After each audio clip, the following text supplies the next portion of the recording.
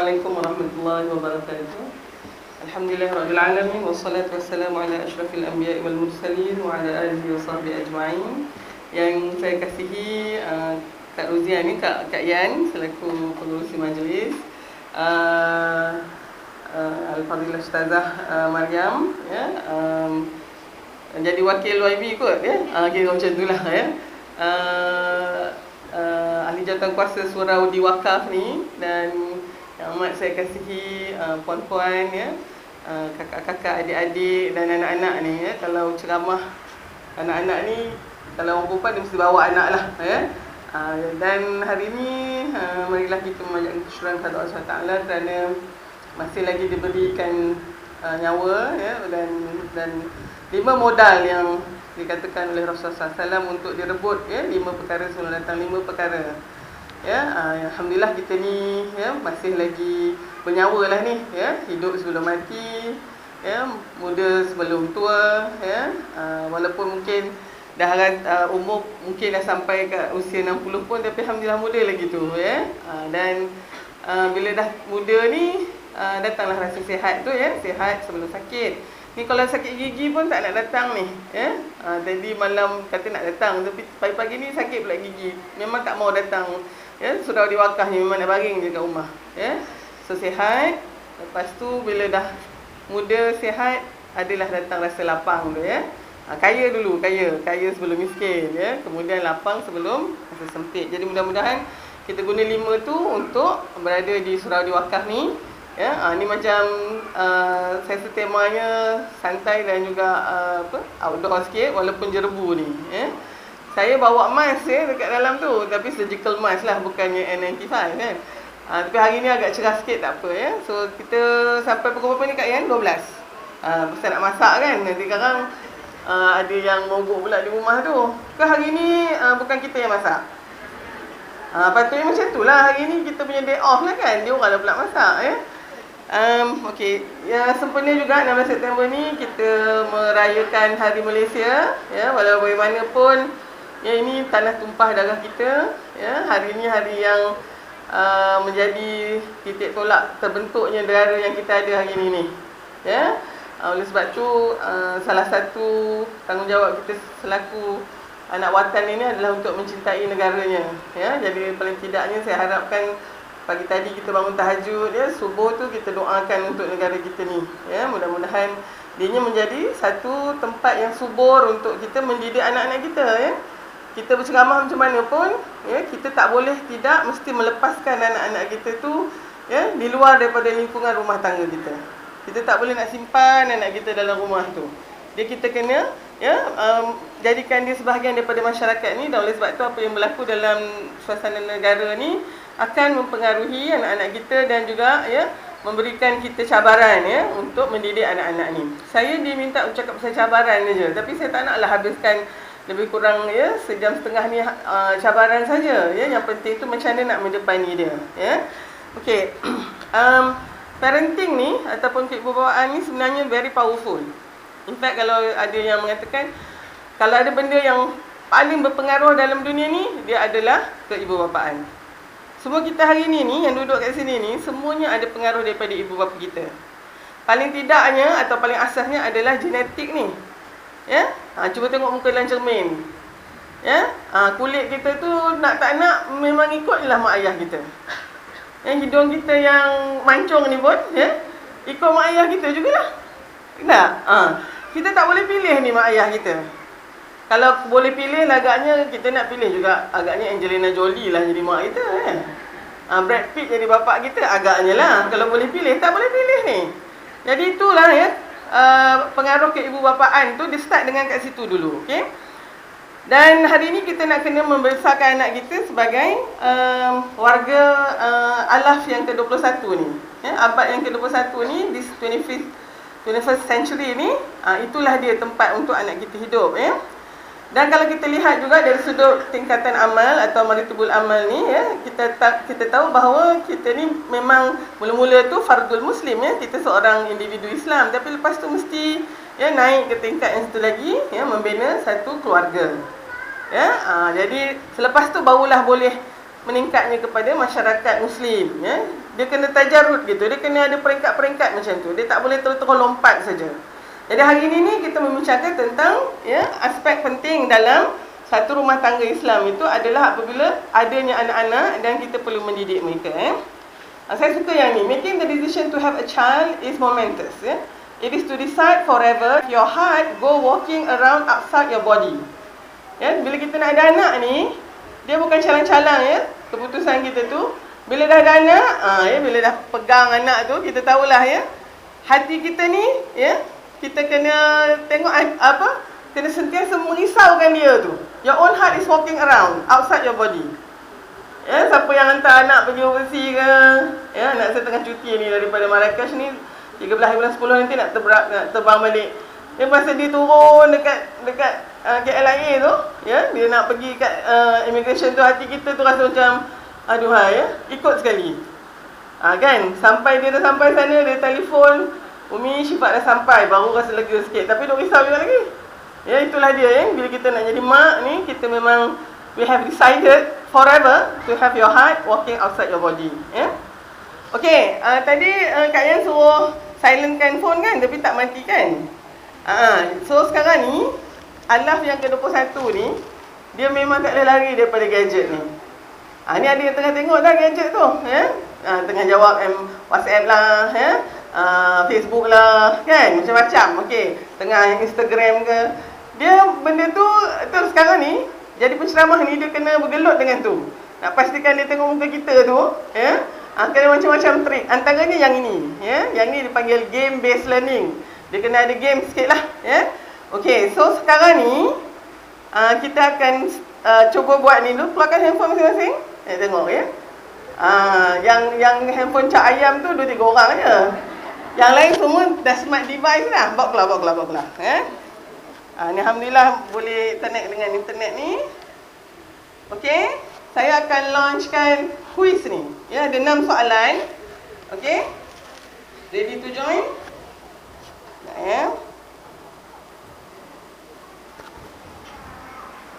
Ini dia.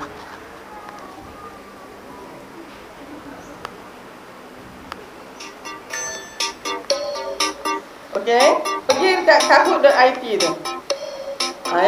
Pergi Google Kahoot. Ada dah kahoot.it. Ambil yang tu, jangan get Kahoot. Get Kahoot tu untuk saya. Kahoot.it.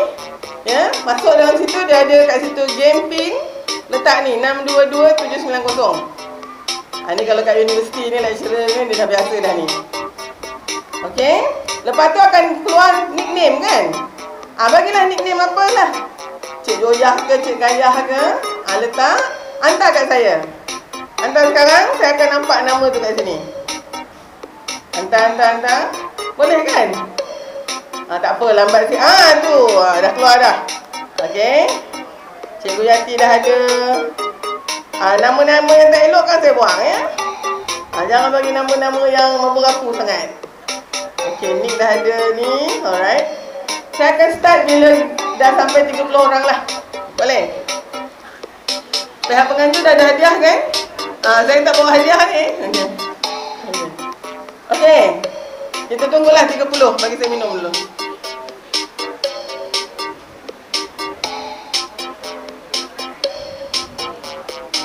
Okey. Ni siapa yang dia terplan dia laju, dia macam nak menang. Siapa yang lambat tu. Okey, sikit lagi 30 kita start. Nah, soalan dia ada dekat skrin. Jawapan dia nanti ada kat situ, tapi nak memilih jawapan tu keluar dekat skrin device you all. Dia punya warna-warna dia, yang represent jawapan tu, pilihan jawapan. So tekan touch mana yang you all rasa jawapan yang betul okey, boleh start. Okey, kemahiran keibubapaan 6 questions. Are you ready? Okey 20 saat. Pendidikan anak bermula dari alam rahim, memilih pasangan, bangku sekolah atau tadika. Okey, you all pilih tu. Kalau rasa jawapannya merah tu, tekan merah, hantar kat saya. Okey. Alright, ada lagi 7 saat. Laju tu. Okey. Okey, habis. Jawapannya memilih pasangan lagi lah ya. Nak mendidik anak tu dia mula dengan pasangan. Alam rahim tu yalah, tapi kan tengok juga siapa bapaknya. Tengok juga siapa punya rahim tu. Ya, kena pilih pasangan tu ya. Bangku sekolah, lambat sangat dah. Ya, tadika tak ada pula, tengok bangku sekolah aja ya. Okey, kita tengok siapa dia orang yang jawab betul dan paling awal ya menghantar jawapan yang betul tu. Zul. Ni Zul perempuan ke Zul lelaki? Tak tahulah ya. Okey, adalah yang lain tu ya yang okey dah dapat poin. Okey. Soalan seterusnya. Faktor keupayaan utama dalam membentuk keluarga ya adalah okey, kesihatan fizikal, kesediaan emosi. Dia boleh ada dua jawapan betul ya. Keupayaan ekonomi, keluangan masa. Mana satu? Bagi je jawapan. Pandai dah tu. Pandai ya. Yang tak masuk ni kenapa? Handphone rosak? Tak ada. Okey. Kesediaan emosi semua tu betul. Semua empat-empat tu betul. In fact dia ada 5 sebenarnya. Nanti kita buat, kita bincang sikit. Okey, so kebanyakan kata ini jawapan orang perempuan. Kalau saya buat dekat orang lelaki, dia banyak kata kesihatan fizikal. Yang orang perempuan dia nak kesediaan emosi ya. Okey. Alright. Next one. Ni Asri NN yang dapat menang kali ni ya. Okay. Hak anak yang perlu dipertunaikan oleh kedua ibu bapanya. Apakah dia hak anak tu? Diberi nama yang baik, dididik ya dengan hidup beragama, dijamin nasab keturunan, dilayan dengan adil saksama. Mana satu? Mana satu hak anak kita ni yang perlu ditunaikan ni? Menggelabah Zat. Menung Zat ya. Bantai je lah. Hantar jawapan. Okey, semua. Ya, semua itulah. Okey. Tengok siapa yang betul, yang paling awal datang. Asri NN lagi. Okey. Okey, next one. Soalan ke 4. Surah di dalam Al-Quran yang memuatkan pesanan seorang ayah kepada anaknya. Mana dia? Surah An-Nas, Surah Al-Fil, Surah Luqman, Surah Yusuf. Mana satu? Bagi je. Okey. Ini semua orang pandai ni. Tapi ayahnya juga yang tak baca kan? Kita tahu ayah yang tak baca. Surah Luqman ya, Surah Yusuf pun. Ya, Surah Yusuf banyak pesanan ya. Okey, Asri lagi ni ya. Okey. Soalan kelima. Darjat kelebihan dan keistimewaan seorang ibu. Apa dia? Mesti ditaati walau ibu menyeru kepada kufur. 3 kali lebih layak diberi kebaktian berbanding bapa. Syurga di bawah tapak kakinya. Madrasah pertama anak-anak. Mana satu? Ya. Senang ni semua jawapan ni kan. 3 tu lah kecuali yang kelima tu ya. Okey. Last kali. Asri lagi. Kira dia menang lah. Dalam mendidik anak hari ini, media sosial adalah musuh ketat ibu bapa. Ini pandangan. Setuju? Tak setuju? Neutral? Ada apa kisah? Mana satu? Kita tengok dulu. Ni opinion ya. Ni bukannya betul ke salah. Ni tengok opinion. Daripada 30 lebih orang ni macam ni. Okey ya. Kita tengok. Alright ya. 18 orang setuju. 3 orang tak setuju. 11 orang neutral. Ya. Alhamdulillah tak ada yang kata ada kisah. Ya. So yang ini ni Frau Hassan pula ya. Okey, kita tengok siapa yang menang semua. Frau Hassan ya. Walaupun dia tak cepat tapi dia betul semua 6. Siapa dia ni? Frau Hassan, boleh angkat tangan.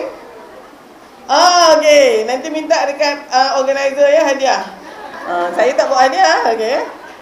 Okey, boleh ke? Boleh simpan sekarang ni handphone tu. Dia bagi macam budak-budak lah, pergi main puas dulu. Lepas tu baru letak tepi. Dengan student sekarang pun saya buat macam tu.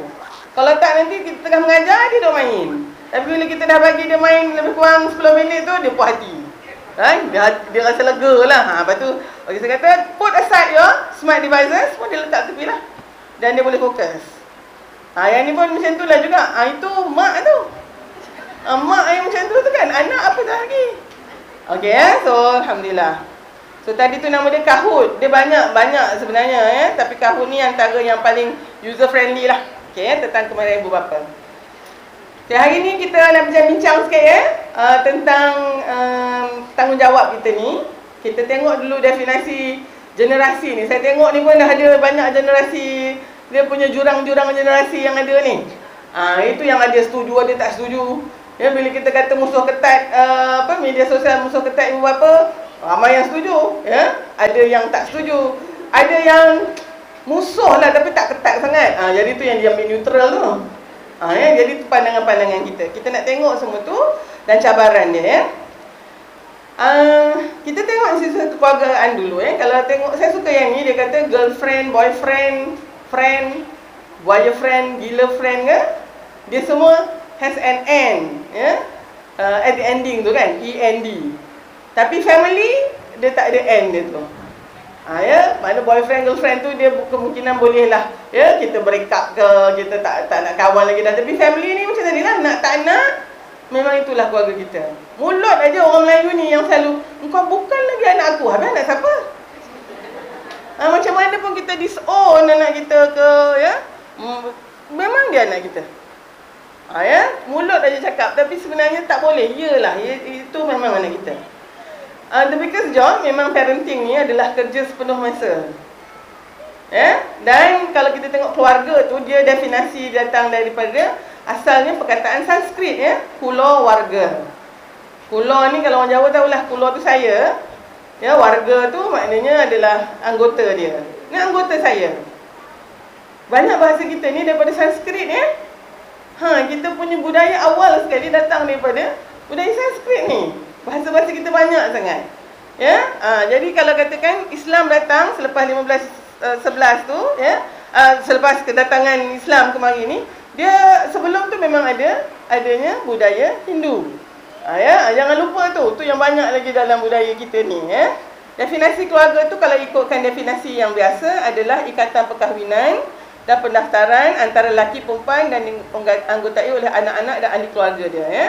Jadi ini definisi yang asal, definisi yang masih lagi tradisional, ya, dan ini sebenarnya mengatakan bahawa adanya hubungan keluarga tu dimulakan daripada seorang lelaki dan seorang perempuan. Tapi nanti saya akan bagi tahu juga definisi itu sendiri pun dah dicabar. Ada orang kata tak payah lelaki perempuan, laki-laki boleh, perempuan-perempuan boleh. So itu salah satunya, ya. Dan kita sedar bahawa keluarga ni adalah entiti asas dalam membentuk masyarakat, ya, batu-bata yang asas itu. Keluarga ni ada dua jenis, keluarga asas, maknanya mak, ayah, anak-anak, itu yang paling asas, ya. Dan keluarga yang luas, ya, ni keluarga daripada side mak saya saja ni, ya, 200 orang. Ni kalau saya nak kenduri orang, panggil yang ini pun dah cukup 1 ekor lembu lah. Jadi ini semua keluarga kita, ya. Makcik saya, pakcik saya dah ada anak, menantu, cucu. Jadinya cicit pun dah ada dah ni, saya sendiri dah ada cucu saudara dah. Ya, jadinya dia jadi berlapis-lapis. Jadi kami letak name tag tu warna yang berbeza-beza. First generation warna merah. Tu yang duduk tu semua first generation. Saya start warna hijau. Ya, lepas tu yang bawah-bawah tu bila dia tengok name tag tu dia tahu dia ni orang atas dia ke bawah dia, ya. Kalau orang Jawa ni dia memang very concerned about your ranking in the family. Dia walaupun katalah sepupu saya, anak pada maklong saya tu muda dari saya 5 tahun, saya panggil dia kakak lagi. Ya, sebab dia pangkat besar. Jadi arwah bapak saya dulu dia sulung, tapi dia antara yang last kahwin. Jadi adik-adik dia semua dah kahwin, dia kahwin lambat sekali sebab pergi mengaji ke Mekah, Indonesia, balik ke Mekah. Jadi dia kahwin umur 31 dah masa tu. Ya. Jadi adik dia semua dah kahwin, anak dah besar-besar dah. Jadi bila saya lahir, saya ni kira pangkat saya besar lagi. Walaupun sepupu saya tu kiranya dah umur agaknya 20 tahun, 25 tahun tua dari saya, dia panggil saya kak lagi. Sebab saya pangkat besar. Mungkin ada yang kata buat apa macam tu. Okeylah, macam kebanyakan yang tak macam tu, you all tengok umur je kan.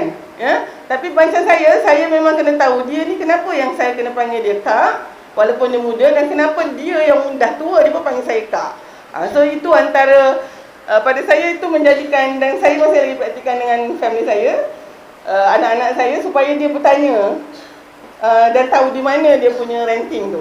Okay. Bukan sangat ranking tu untuk membesar-besar diri, tak. It's mainly to know where you are in this big family lah, ya. Fungsi keluarga ni besar ya, perempuan kita tahu dah. Bukan hanya fungsi biologi tapi juga efektif emosi ya. Fungsi perlindungan, fungsi pendidikan, fungsi ekonomi dan sosialisasi. Kalau kita ni tak ada keluarga, kita mungkin tak pandai ya nak bergaul dengan orang lain. Ya. Bila kita ada adik, bila kita ada kakak, tahulah kita macam mana nak jadi anak orang tengah-tengah ni. Ya, okey. Matlamat hidup berkeluarga cukup mudah kalau bagi kita sebagai seorang individu Muslim ini. Kita memang berpandukan pada Al-Quran. Di dalam Al-Quran jelas dinyatakan ya, dalam surah Ar-Rum ayat 21 ni yang selalu ada dekat jemputan kahwin kan. Wa min ayatihi an khalaqalakum min anfusikum azwajan litaskunu ilaiha. Ya, maka Allah jadikan kita ni berpasangan daripada kalangan kita sendiri. Nasib baik tak berbunyian ke? Ya, daripada kalangan manusia sendiri. Untuk apa? Litaskunu ilaiha ya, supaya rasa tenang. Kemudian adanya wa ja'ala bainakum mawaddatan wa rahmah. Mawaddah dan rahmah. Ni ada orang yang kata, tak apa doktor, saya dah ada tiga-tiga tu. Anak saya yang sulung nama Sakinah. Yang nombor 2 nama Mawaddah, yang nombor 3 nama Rahmah. Anak perempuan 3 Alhamdulillah lah tu, tak apa dah tu. Cuma yang kita tahu dia bukan yang itu yang kita masukkan. Sakinah, Mawaddah, Rahmah ni you either have it or you don't. Dan mungkin mulut kita ni cakap Alhamdulillah ya. Especially sekarang ni lah, ada Facebooknya, ada Instagram, you can publish yourself. You can bagi tahu kat semua orang, oh I rasa tenang. Tapi tak tentu tu. Tenang tu adanya dalam sini ya, dia bukan dekat mulut tu ya. Jadi kalaulah rumah tangga kita ni, setakat yang kita duduk ni, tak ada ketenangan ya. Mawaddah ni apa dia? Kalau saya ingat arwah bapak saya kalau dia buat tafsir ni, arwah bapak saya dulu masa saya ya tingkatan 1 sampai tingkatan 5 tu, kalau balik daripada asrama kat Sri Puteri tu, saya cuti tu memang masa untuk dia akan bagi tafsir ya, lepas solat asar gitu. Masa dia mentafsirkan yang ni, dia kata mawaddah ni lebih macam rasa cinta berahi yang awal-awal kahwin tu. Yang kalau tak jumpa tu macam terekam macam tu. Yang tu mawaddah. Ya. Tapi rahmah ni yang datang bila dah last tu. Kita dah kat ujung-ujung senja ni. Hari tu kemai handsome lah cik abang ni.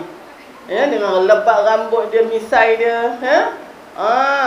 Hal sekarang ini ya Allah, hai rambut dah tak ada dah.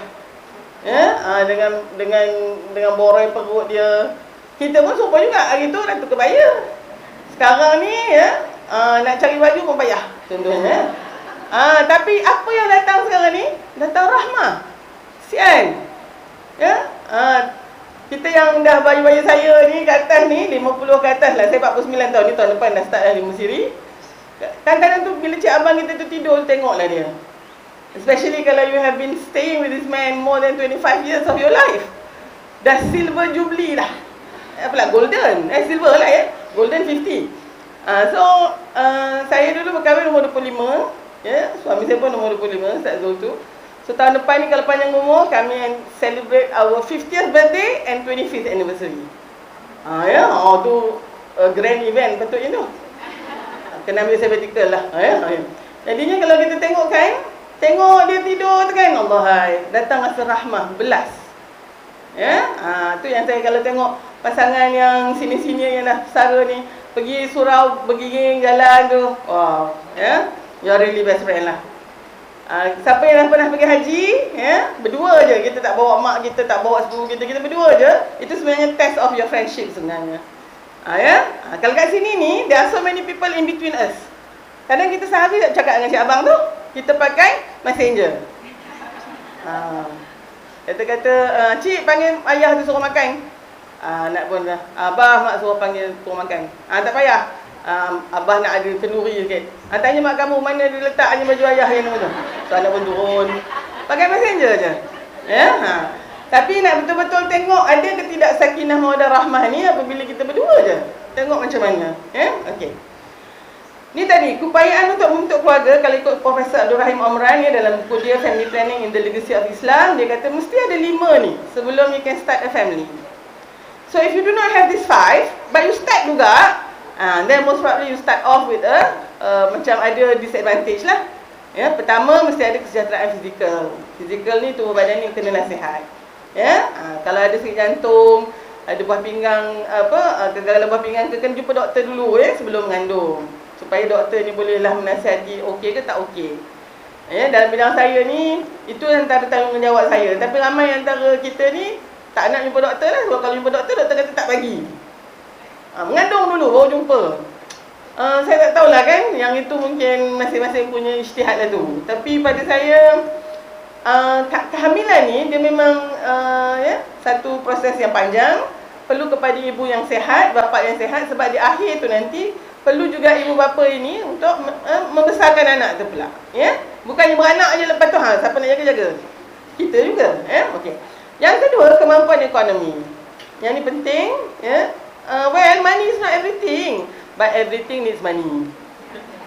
Hari ni tekanan hidup kita memang ya.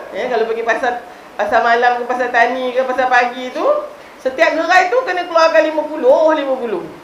Dulu agaknya kita keluar 50 dekat gerai ni, boleh lagi pakai sampai 2 kedai lagi. Sekarang setiap kita pit stop kita tu mesti keluar 50 yang baru. Betul tak? Ke aku je? You all pun Dan saya kata Masya Allah. Tapi jangan risau, kita ni memanglah kan, itulah agaknya bila kita tengok tekanan ekonomi ni, kita tengok steady je Mall kat Bangi ni penuh juga. Macam cendawan tumbuh kedai-kedai makan fine dining ni penuh juga. So it's about the way you think lah sebenarnya. Kita alhamdulillah, mudah-mudahan kita yakin rezeki tu, rezeki dari Allah tu dah memang Allah tentukan. Tak akan ada siapa yang boleh ambil daripada Allah tu rezeki kita. Tapi benda ni memang perlu kita pertimbangkan. Saya akan bincangkan lagi lepas ni, khusus dalam konteks siapa nak menyara keluarga ni hari ni. Mak, ibu, isteri atau ayah? Ini hot issue ni, hot topic. Dan dia yang memberi cabaran yang amat besar kepada mendidik anak-anak ni. Okey, kesediaan emosi. Tadi semua kata kesediaan emosi kan? Memang itu yang kita nak, tapi tak pernah hanya ambil peduli. Ada ke suami-suami puan-puan yang bila dah anak dah lahir yang seorang ni 6 bulan, tiba-tiba dia kata, ish, macam boleh lah kot seorang lagi. Dia tanya kita dulu, yang adakah dah bersedia secara emosi untuk mengandung lagi? Ada? Kalau ada, saya nak tahu tu, nak sedia jadi bapa misali tu, suami misali. Memang tak pernahnya. Emosi ni, khususnya kita di sebelah sini ni, jarang sangat disebut. Emosi kita ni macam take a second place. Bukan second, anggapnya paling corot sekali. Apa pulanya you tak happy nak jadi ibu? Banyaknya pahala jadi ibu ni, kalau mati pun mati syahid, kemain lagi dia. Dia emosi ni, okeylah macam ni senang cerita gini. Saya jadi pakai sikit puan ni dah berapa belas tahun ni. Macam mana pun lah kalau kehamilan itu terlalu kerap, dia sebenarnya memang berbekas kat hati. Dan kita sendiri yang tahu kan, mengandung tu bukan 9 jam, bukan 9 hari, 9 bulan. Habis daripada 9 bulan tu, ada pula satu baby kecil ni, kalau kita tinggal aja mati dia. Jadi kita juga yang kena jaga. Agaknya nak recover betul-betul daripada satu kehamilan, daripada day one kita tahu kita hamil tu, pada saya memang 3 tahun. 3 tahun baru kita ready for the next baby. Okey, pregnant maybe lah sebelum tu. Sebab dalam Quran 2 tahun penyusuan yang penuh, yang lengkap. Lepas tu berhentikan, sempurnalah penyusuan tu, dan barulah mengandung lagi. Jadi bila adik ni lahir, yang kakak atau abang ni dah 2 tahun setengah atau 2 tahun 9 bulan lah.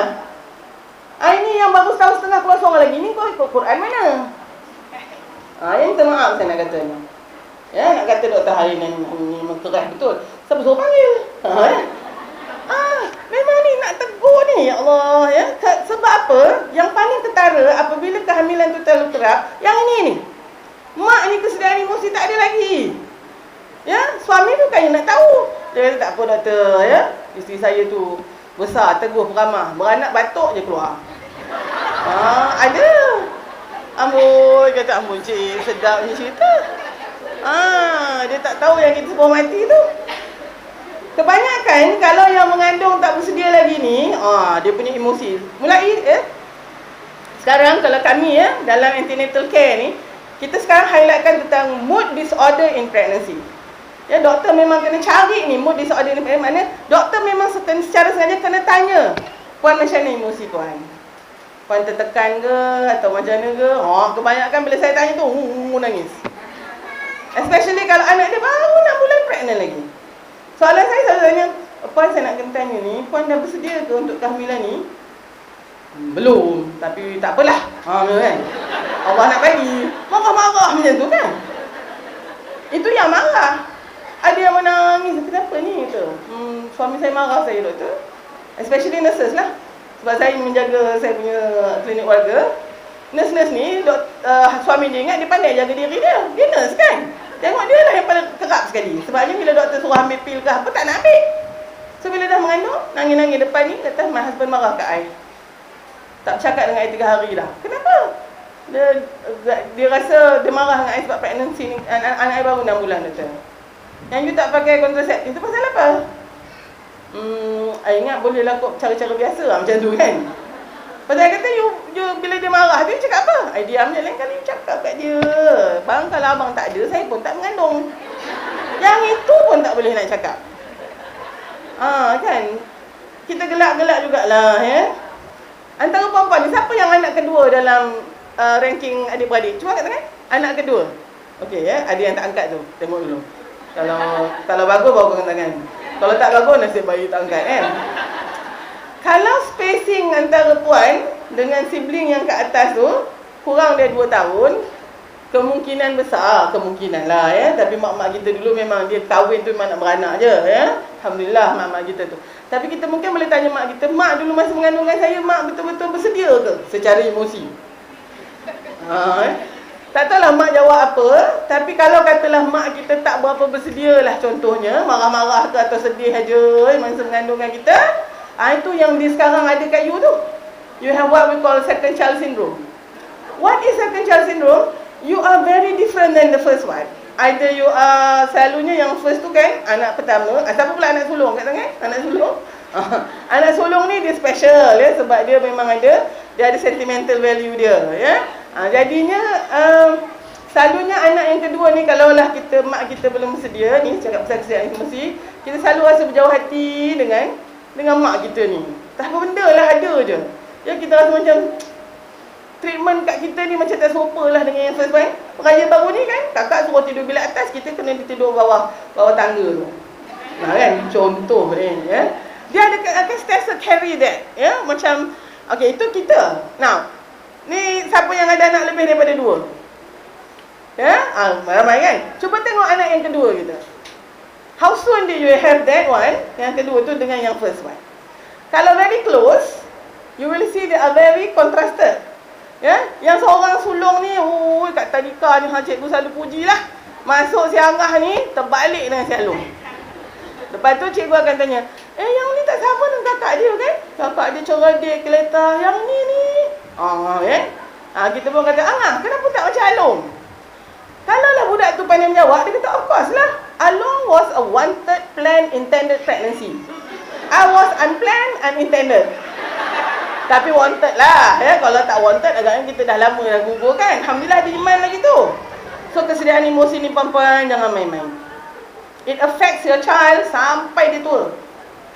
Ya, itu sebabnya saya masa saya dah berkahwin apa semua tu, saya memang doa kat Allah biar anak-anak saya ni memang bila dengar je news saya mengandung tu, the first thing anak keluar dekat hati ni, nak sujud syukur. Dia bukannya bila tahu kita mengandung, dia bunyi krik ataupun bunyi cicak dia. Takkan kot.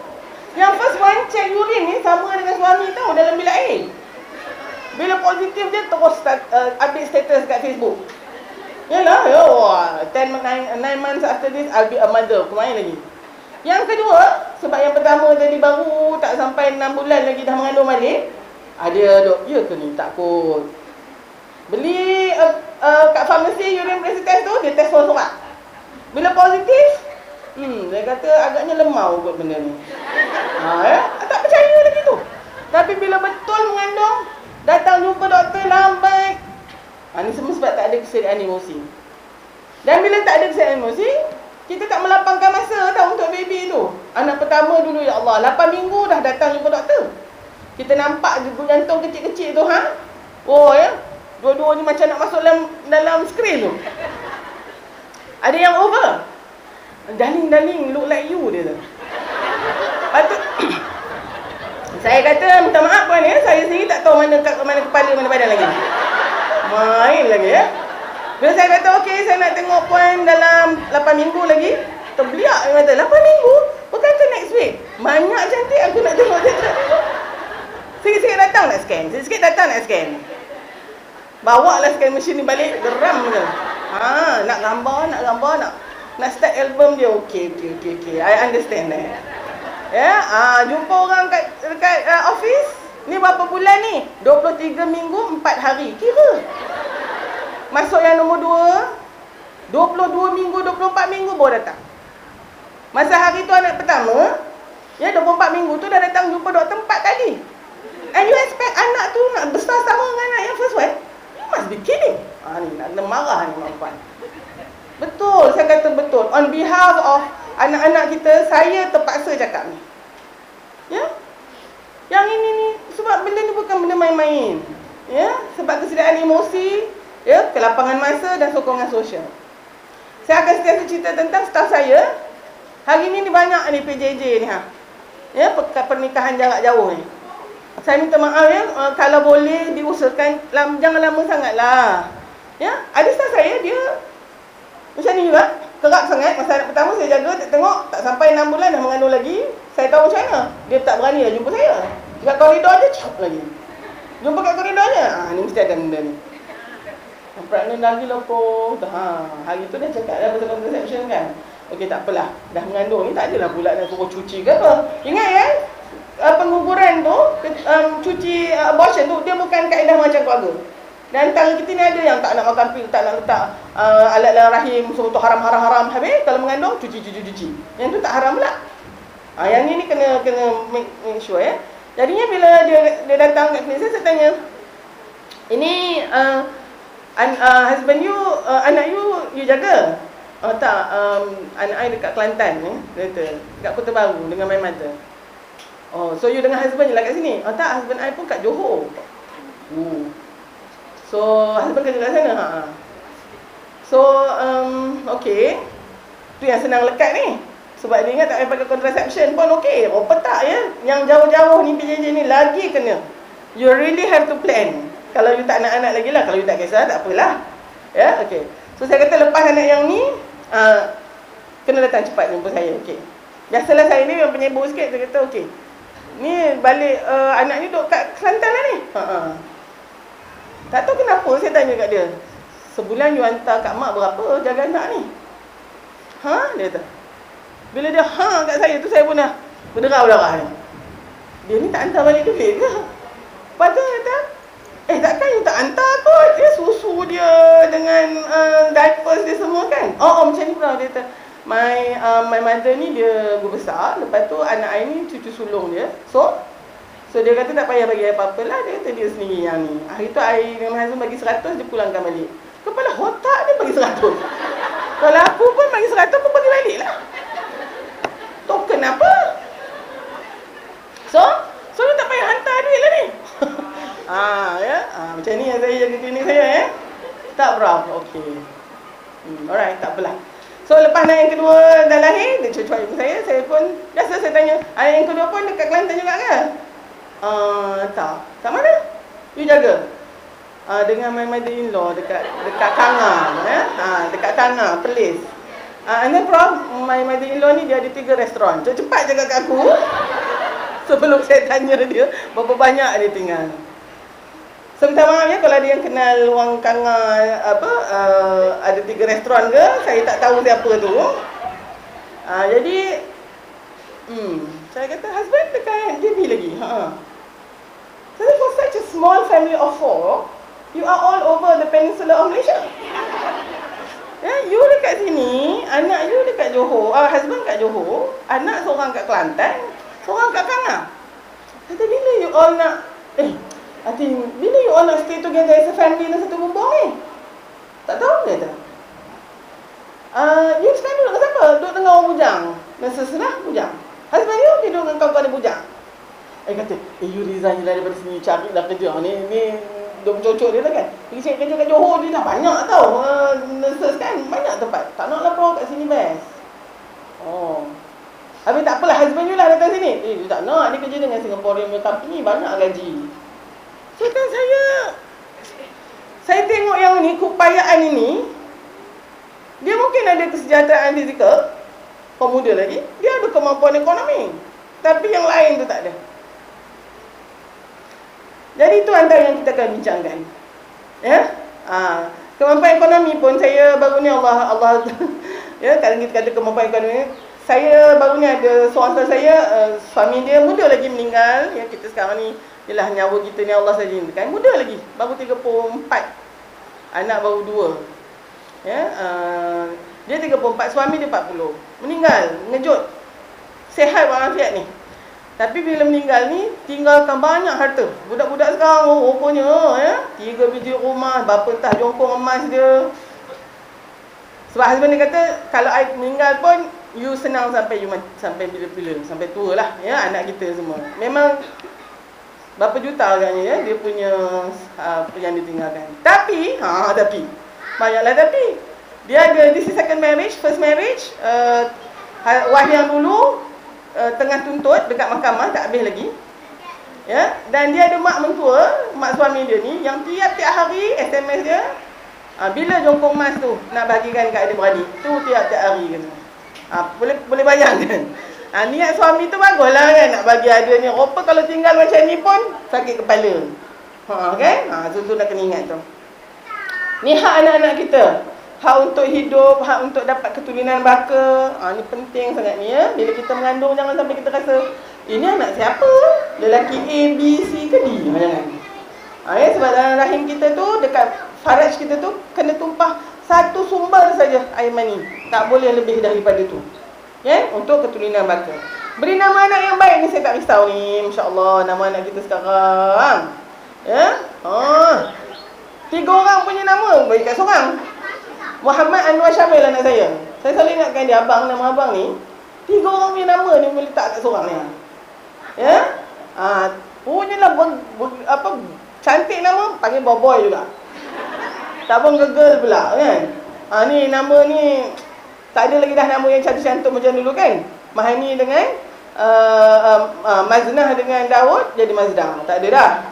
Kan? Ataupun Yahya dengan Mahani jadi Yamaha gitu, tak ada dah. Nama sedap-sedap ni. Ya, alhamdulillah.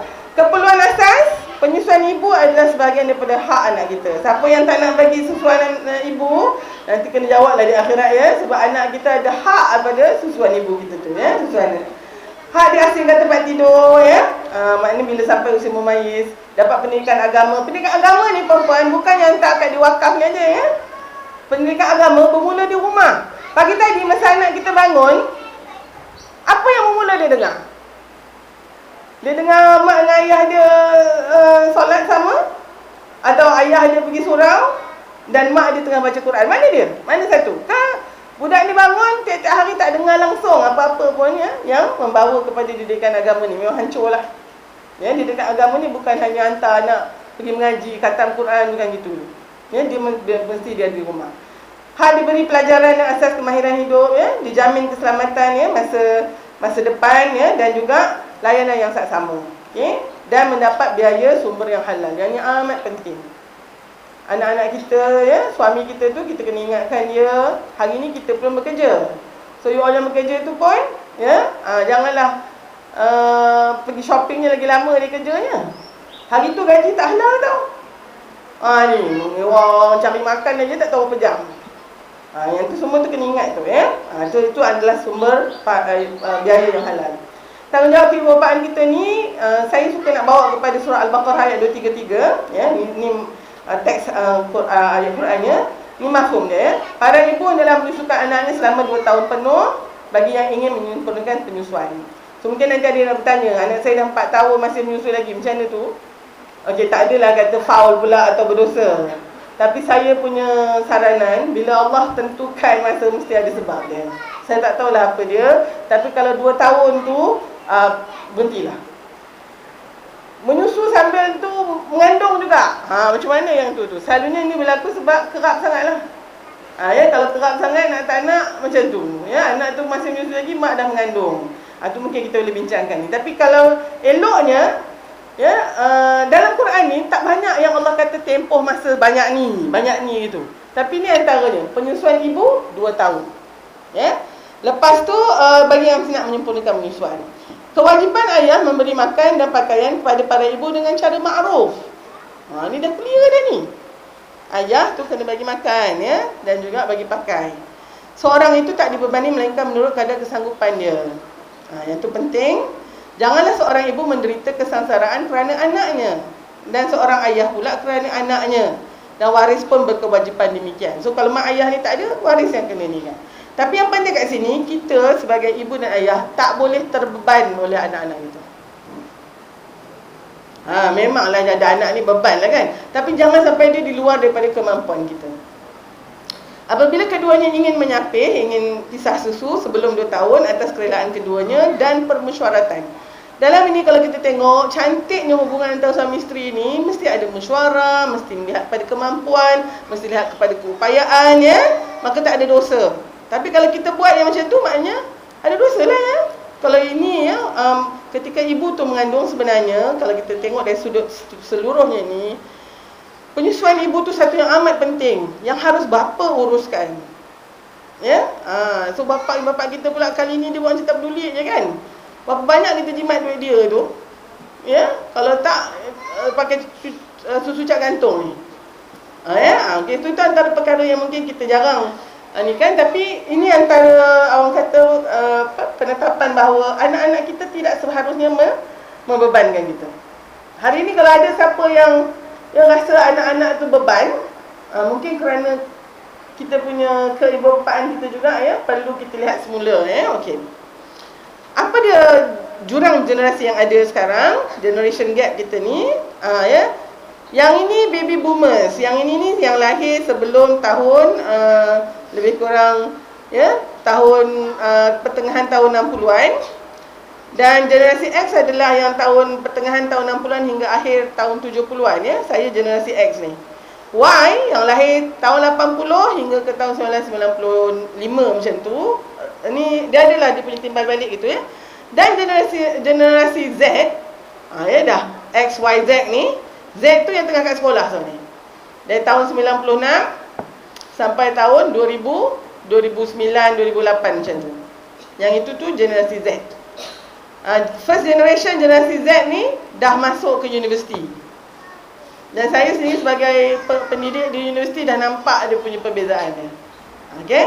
Dan dalam kita bising-bising ni keluar pula Gen Alpha ni ni Gen Y ni yang kebanyakan ni. Okey, siapa kata sini ni yang masuk dalam generasi ni? Tahun 80 hingga tahun 95. Angkat tangan. Angkat tangan. Tak ramai ya. Okey. Okey, yang lahir sebelum tahun 65. Tolong angkat tangan boleh? Tak nak angkat tangan? Tak angkat tangan pun kita tahulah siapa. Okey. Okey. Tak apa. Okey. Siapa yang generasi saya? Tahun 65 sampai ke tahun akhir tahun 70-an. Tolong angkat tangan. Tu yang majoriti. Okey, okey. Dia kalau ikutkan yang kita punya boomers ni, mereka adalah ibu atau bapa dan juga majikan kepada generasi Y. Gen Y yang angkat tangan tadi, mak you all ya, mak ayah generasi ni lah ya. Generasi saya adalah adik-beradik ataupun teman sekerja untuk generasi Y. Maksudnya adik saya generasi Y, macam itulah ya, ataupun ni mungkin. Yang Gen Y ni pula adalah adik-beradik kepada Gen Z dan juga cikgu dia. Ya, banyaknya jadi cikgu ni. Dan mereka juga dah ada anak yang dipanggil Gen Alpha. Okay. Gen Alpha ni maksudnya dah habis dah kan? XYZ tengah Alpha, Beta, Theta. So Gen Alpha adalah gen yang selepas tahun 2010 macam tu. Dia ada banyak dia punya dia punya ciri-ciri dia dipengaruhi oleh suasana sekitaran. Ini antara inilah karakter-karakter dia. Dan dia mempunyai nilai-nilai asas yang berbeza. Apa yang penting untuk generasi boomer, generasi Y dah tak nampak penting dah.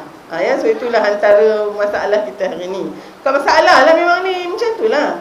Kita ni dulu masa kita muda, ya, generasi mak dengan datuk kita pandang kita ni teruk betul. Hari ni bila kita jadi mak datuk, kita tengok anak kita teruk betul. Super je. Kalau anak-anak kita ni jadi datuk dengan nenek pun dia akan tengok generasi kita teruk betul. Macam tu lah. Okay. Generation gap tu is getting wider and wider. Sekarang ni datuk kena belajar daripada cucu lah. Yang ni saya suka gambar ni. Ni kat Tibet ke apa ke. Yang cucu ni dah tengok laptop dah. Generasi Y, generasi Y ni yang lahir tahun 80 hingga 94, 95 ni, dia orang ni lah sekarang ni yang mula mengambil tempat dia sebagai orang muda, orang dewasa muda di dalam masyarakat kita. Mereka ni memang ada cara komunikasi yang sentiasa berterusan, connected. Dia ada language dia sendiri, kita pun tak faham. Dia ni, satu perangai dia memang asyik suspicious saja, sentiasa ragu-ragu dengan authority ni, dengan orang atas ni. Kita suruh vaksin, ni mesti ada agenda Yahudi, kita suruh bersalin kat hospital ke, ni mesti ada. Dia sentiasa rasa syak dan wasangka. Dia ni memang influenced by peers. Dan mereka ni memang disebabkan oleh teknologi yang lebih baik tu, dia selalu rasa cara kita macam ceramah semua ni memang boring lah. Boring. Kalau tengok ceramah dia kat dalam YouTube tu tak boleh lebih 20 minit. That's why TED Talk tu, Technology, Education and Design Talk tu, TED Talk tu dia tak boleh lebih 20 minit. Sebab lepas 20 minit, attention span kita memang dah kurang. Saya ada cakap sejam dah ni, patutlah dia dah tidur. Ni Gen Z ni, Gen Z ni yang kita katakan yang lahir tahun ni, mereka ni dia memang paling muda, maknanya paling yang remaja sekarang lah. Dan dia ni memang true digital native. Dia buka-buka mata tu, mak dia dah pakai handphone, bapak dia dah pakai handphone. Dan dia punya mobile device tu dah mula menjadi satu yang kebiasaan dia. Jadi media sosial ni adalah dunia dia. Dia ni disebabkan oleh tu dia multitasking. Kita dulu kan kalau nak ambil gambar, ya Allah, satu kerja sendiri tu, nak kena pergi kedai studio tu. Gambar baju dah pakai kat rumah dah. Lepas tu sekarang Cina kedai tu letak lampu geduk-geduk kan, ambil gambar. Lepas tu tengok bila dah siap, seminggu lepas tu mata tutup pula. Aduh, hai kan, dah tak boleh nak buat apa. Hari ni semua ada kamera, kan? Bukan kamera saja, video lagi. Dan bila ambil gambar kat sini, kita boleh hantar kat seluruh dunia dalam matter of second saja. So dia lain, cara hidup dia lain. Dia punya ABC pun dah lain. A. Amazon, B. Blog, C. Canon. Siapa yang generasi boomer ni memang tak faham langsung lah ni. Ni dia punya Y tu YouTube. Kita dulu kan Y ikan U. Kan? Z zebra. Kan? Ni education trend ataupun trend pendidikan untuk Gen Z. Dia akan guna interactive device. So siapa cikgu-cikgu yang ada kat sini, saya nak beritahu lah, it's just a matter of time gitu. Anak-anak kita kena bawa masuk device dia ke kelas. Sebab itu adalah alat pembelajaran yang amat efektif hari ni. Ini tak boleh tinggalkan kat rumah. So budak-budak ni tak tahu nak buat apa device dia tu. Bila balik, dia tak tahu yang device tu gunanya untuk pendidikan. Yang dia tahu untuk hiburan je. Yang ni saya cakap dengan cikgu-cikgu, tak boleh lagi bro. Macam tu lah kan. Mau homeschooling. Sebab apa? Mak bapak lagi pandai daripada cikgu. Kerjanya tiap-tiap minggu jumpa cikgu. Cikgu dia bodoh lah. Okey, ajarlah anak encik sendiri kat rumah. Okey, ajar kat rumah. Homeschooling. Homeschooling, dia ada kebaikan, ada kelemahan. Tapi dia mesti ada monitoring. Nak ajar apa semua dekat homeschooling ni, siapa yang kontrol? Kalau kat US, homeschooling ni dia very very strict. Dia kena tengok siapa yang ajar kat rumah tu.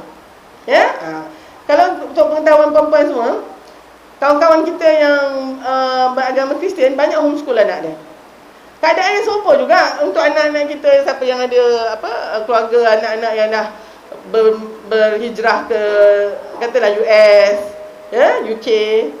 Kawan saya homeschool anak dia sebab tak nak masuk sekolah orang Amerika tu. Jadi kita pun kat sini ada ramai kawan-kawan kita yang homeschoolkan anak dia sebab sistem pendidikan kita tak macam yang dia nak. So serupa sajalah sebenarnya. Kita punya anak, kita punya projek sekarang ni semua online. Dia lebih untuk visual learners. Dia belajar banyak dengan penglihatan dia. Dan dia treat learning tu as a game macam tadi tu. Dia akan lebih kepada critical thinking dan bukannya memory saja. Dan pembelajaran dia memang lebih luas lagi. So yang ni apa strategi kita nak ini cabaran yang penting ni. Maknya nak buka handphone pun tak tahu nak picit lubang mana. Picit button mana ni bang? Kan takut meletup benda ni kan. Dia kata mak aku ni. Okey, ni tadi trend sama. Now Gen Alpha. Gen Alpha ni gen internet lah. Tidur atas tablet. Mari kita tengok yang ni.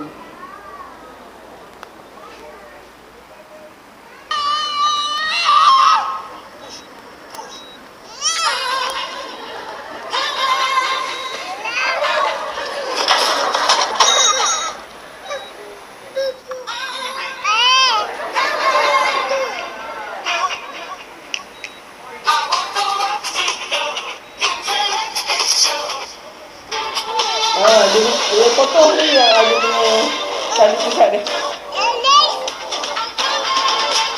Dia selfie dulu.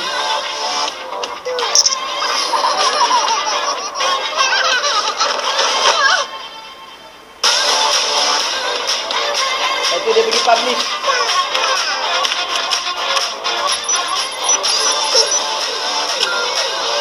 Dia broadcast ni.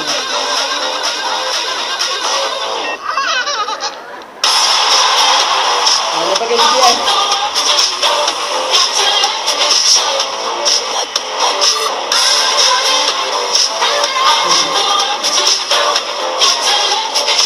Salah macam kita ni kan tapi macam ni lah mak dia mengandung pun kerjanya bukan baca Quran, melayan Facebook je. Menyusukan tu pun, menyusu tu lah waktu paling sesuai nak tengok anak, nak main. Dia tak tengok anak dah. Dia tengok ni je, galit dengan tu. Budak ni tengok lah mak dia tak pandang-pandang dia pun. Sedih, memang sedih. Ciri-ciri Gen Alpha. Dia ni mak bapaknya kahwin lewat. Dah hujung 20 tu. Awal-awal 30 baru dapat anak ni. Dan masing-masing memang dah ada kerjaya, dah ada kuasa membeli yang tinggi. Itu yang anak tak keluar lagi, kasetnya dah beli dah. 2 kaset. Belah kereta bapak, kereta mak lain. Stroller dia tu yang macam F1 punya stroller tu. Itu tak kira lah anak punya ni. Keluarga Gen Alpha ni saiz dia kecil paling ramai agaknya 4 ke macam tu lah. Itu pun kalau katalah 3, 4, 5 tu pun dia bukan satu mak satu bapa. Kita dulu adik-beradik kita 7, 8, 9, 10, 12 satu mak satu bapa. Dia orang ni sekarang sebab usia perkahwinan mak ayah dia pendek. Lebih banyak perceraian berlaku. Sebabnya bila kahwin waktu lewat ni masing-masing dah ada dia punya career pathway sendiri. Kalau tengok dalam kajian ni puan-puan, dalam mana-mana juga di dunia ni, dalam zaman moden ni, perkahwinan yang berlaku dalam usia sebelum umur 25 bagi kedua-dua mempelai tu lebih panjang hayatnya daripada yang kahwin selepas tu. Maknanya anak-anak kita ni bila kat universiti tu keluar-keluar je kahwinkannya. Sebab bila macam tu dia orang akan plan the life together. You all dulu macam tu kan? Ni masa anak nak kahwin tak boleh pula sekarang Tunggu dulu buat master, buat PhD. Lepas tu kan kerja dulu. Ada rumah sebiji, ada kereta sebiji. Sempat hantar mak pergi tour Europe dulu. Baru boleh kahwin. Amboi. Baru ni ada staff saya, anak dia lelaki 22, nak kahwin. Marahnya dia. Gatal betul budak betina tu, dia marah budak betina tu. Alamak, itu kan. Tapi saya tahu secret dia. Dia kahwin dulu masa tengah training lagi, nursing. Umur 18 dah kahwin. Husband dia pun umur 21. Saya kata agak-agak. Abang dulu kahwin umur berapa? Allah pro, tak nak cakap lah, umur berapa? Umur 1. Akak?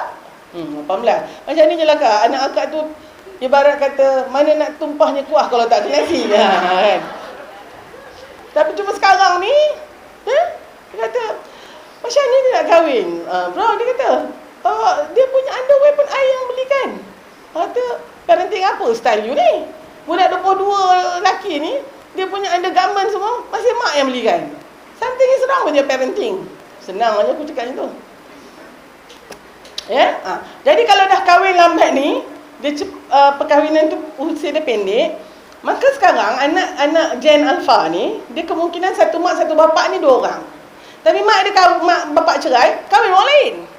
Dan dia akan ada anak pula dengan suami, bapa dengan mak tiri ni. So yang itu apa dia? Itu half sibling dia panggil. Bukan tiri tak, half sibling lah, lain bapa lain mak. Now, bapa tiri dengan mak tiri dia ni pun bawa anak daripada tempat lain juga, daripada perkahwinan yang dulu. Yang itu step sibling. So dia jadi menjala macam tu. Dan banyak keputusan hari ni tentang yang selalu mak ayah buat tidak lagi dibuat dalam satu bumbung yang sama. Contohnya apa? Nak mana hantar pergi sekolah.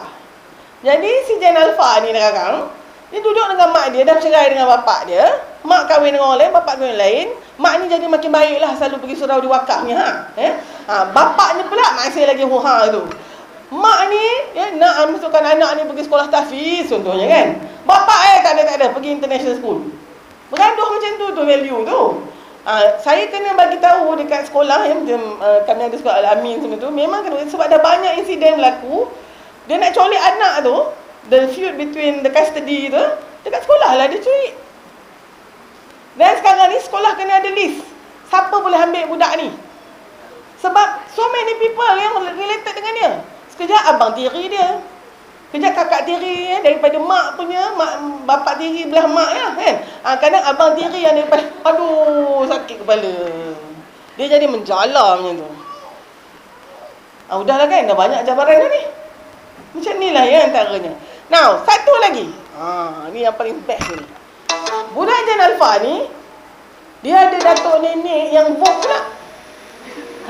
Datuk nenek dia macam you all lah. Pencen-pencen cikgu, pencen pengawu, pencen DJ, director, pencen profesor. Jadi nenek datuk ni tak macam datuk nenek dia zaman dulu. Saya dulu, mak saya tak kacau langsung parenting saya. Ya? Kadang dia tegur-tegur je lah, tapi kita kata apa mak, tak marah. Sekarang tak macam tu. Okey. Hari ni kalau anak saya Syifa nanti dapat anak dan dia buat something yang saya kata, apa pula macam tu kak? Betul dia nak lawan dengan saya kata, okay, who's the professor here? You or me? Kan? Sian anak saya tu. So saya nak bagi tahu kat parents ni, grandparents. Grandparents tu satu hal sekarang ya. Tak nak sebut apa. Ada seorang patient saya datang untuk HRT lah kan, menopause. Masa anak dia kahwin, jemput saya pergilah. Ya. Lepas tu anak tu dapatlah anak kan, pregnant. Datang 6 bulan lagi. Anak I dah pregnant dah doktor. Macam tak happy je. Happy jugalah. Tapi nanti kalau budak tu lahir, panggil I cucu I tu. Nanti panggil I apa? Dia marah pula kan. Baru dia perasan. Dia panggil je lah. Opah ke kan? Tak nak lah. Tak apa. Sebab I dapat datuk, I dapat datin lah. Aduh you ni kan, datin tu anugerah. Rupa betul. The next datang lagi tu kata anak dia dah bersalin. Dia panggil you apa? Panggil I datin. You main-main kan? Betul dah. I nak my cucu panggil I datin. Aduh, hai. Macam tu lah punya vogue nenek ni. Aduh. Yang masalah kita hari ni nenek-nenek atau datuk ni yang tak nak ambil role tu. Kita ni dah tua perempuan, ya tuan-tuan. Kita ambil tu dengan let us age gracefully. Dalam Islam, tua ni bukan penyakit. Banyaklah yang kita kehilangan bila kita tua, tapi banyak juga yang kita gain, yang orang lain tak boleh ambil dari kita. Setiap uban yang ada kat rambut kita tu mengingatkan kita tak mati. Cantik uban tu. It's a natural colour. Lawa lagi. Ya, tapi kalau saya jumpa kawan saya, saya terkejut betul tengok dia pakai tudung sebab saya tahu dia mungkinlah. Ya, alhamdulillah lah Allah bagi. Tapi rupanya, you mesti terkejut kan tengok I pakai tudung ni. Banyak uban lah dah. Alamak kan. Rupanya tu nak white tu pula. Jadi susahnya ya. Kita ni kalau sekarang ni jalan dengan anak perempuan kita, orang kata, you all ni macam adik-beradik. Happynya lah mak dia. Ya Allah. Cuba tengok anak dia. Saya kena tu. Ya, orang kata, doktor dengan Syifa macam adik-beradik. Lepas tu saya tengok anak saya ni, dia masa manis. Lah kata saya tanya dia, Kak, what do you have to be very honest with me. How do you feel when people say that? Dia kata, well, me, of course I'm very proud of you. Kau umi awet muda. But on the other hand, I'm only 18 masa dia itu ya. Cannot be looking like you. Kesiannya dia kan. So sekarang kalau ada orang kata macam adik-beradik, no. I'm the mother. Saya umur 26 masa saya dapat dia. 27. So I'm definitely the mother. Dan saya tengok kan, thank you. Thank you. You really appreciate that. Macam saya dulu lah bayi-bayi tu. Saya tak nak pakai tudung yang macam mak saya pakai. Ya? So kalau tudung oning-oning ni saya suka betul. Sebab ni tudung saya. Yang lipat-lipat bulat-bulat macam ni tudung dia orang. Ya? So kalau aku pakai selendang ni pun kena datang juga dengan oning ni ha. Itu aku punya trademark. Kan ya? Tapi dia punya tudung kena lain lah dengan saya. Kan? So tolonglah you all kan. Kalau misalnya ni, we really have to take our responsibility ni. Now this Gen Alpha is the most materially supplied generation tau. Ya? Semua banyak dia dapat. Dan dia membesar dengan teknologi, tapi fokus teknologi itu adalah hiburan. You all tengok sekarang ni budak-budak ni tak tengok TV dah. Ya, tapi kenapa beli TV plasma besar tu? Untuk game dia, untuk apa-apa komputer tu, HDMI tu, semua keluar kat sana dah. Dia tak tengok TV dah. Kita je yang tengok TV ni. Ya, anak-anak ni dah tak dah. Meet the Gen Alpha. Ya, dekat Australia ada banyak kajian tentang Gen Alpha ni. Dan Gen Y parents ni. Okey. Gen Y parents ni didapati memang ada kelainan dengan parents yang sebelum ni. Gen Y mother especially, they are very well-rounded, multitaskers of course. Unfortunately, to me it's unfortunate ya.